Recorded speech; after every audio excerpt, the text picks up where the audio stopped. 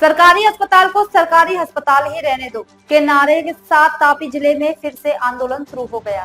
एक साल पहले 13 सितंबर 2023 को शुरू हुआ आंदोलन बीच में किसी कारण से शांत हो गया था, लेकिन जब अस्पताल बनकर तैयार हो गया और जल्द ही इसका निजीकरण होने वाला था, तब तापी जिले के व्यारा में मुख्य सरकारी अस्पताल और नए मेडिकल कॉलेज के निजीकरण के लिए विरोध में आदिवासी समुदाय के लोग नेताओं के साथ अनिश्चित काल के लिए अस्पताल के सामने विरोध प्रदर्शन कर रहे हैं। उनकी मांग है कि व्यारा सरकारी अस्पताल ही रहे। उल्लेखनीय है कि सितंबर 2023 में व्यारा रेफरल अस्पताल के निजीकरण के विरोध में जिले भर के आदिवासी समुदाय में विरोध की लहर चल पड़ी थी। सरकार ने व्यारा अस्पताल का निजीकरण नहीं करने का आश्वासन देकर आंदोलन को समाप्त कर दिया था। हालांकि सरकार ने अभी तक लिखित गारंटी नहीं दी है कि व्यारा अस्पताल को किसी निजी कंपनी को नहीं सौंपा जाएगा। इसलिए जिले के स्थानीय लोग एक बार फिर व्यारा रेफरल अस्पताल के निजीकरण के खिलाफ धरने पर बैठ गए। मेरा नाम अशोक चौधरी वैसे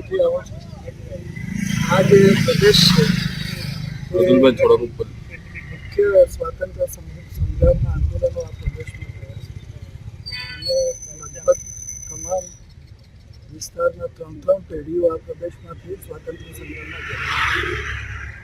स्वातंत्र्य था पछी लोकोनी एवी इच्छा थी कि शिक्षण आरोग्य अने बीजी जे सरकारी सेवाओं है તે સેવાઓમાં લોકોને ભાગીદારી અને તે રીતે આ દેશ ચાલશે।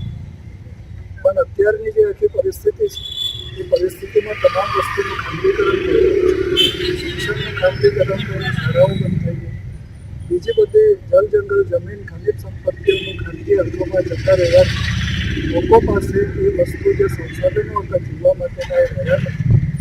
એવી પરિસ્થિતિમાં આ જે સિવિલ હોસ્પિટલ છે એ સિવિલ હોસ્પિટલ પણ એનું ખાનગીકરણ કરવાનું નક્કી કરવામાં આવી રહ્યું છે। એટલું જ નહીં પણ મેડિકલ કોલેજ જે મંજૂર થઈ છે એ કોલેજને પણ ખાનગી કરવાનું નક્કી થયું છે।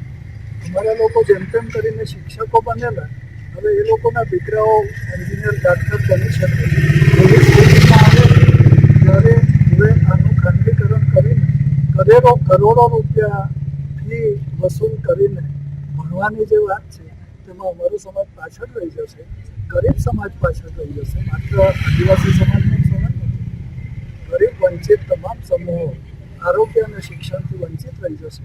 એટલા માટે આ આંદોલન શરૂ કરવામાં આવેલું ગઈ 13 સપ્ટેમ્બરથી, પણ સરકારે મૌખિક વચન આપેલા કે અમે નહીં કરીએ, પણ એ લોકોએ વચનો પાડ્યા નથી અને હવે એનું ખાનગીકરણ કરવાની શરૂઆત કરી દીધી છે। એટલે આ ધરણાનો કાર્યક્રમ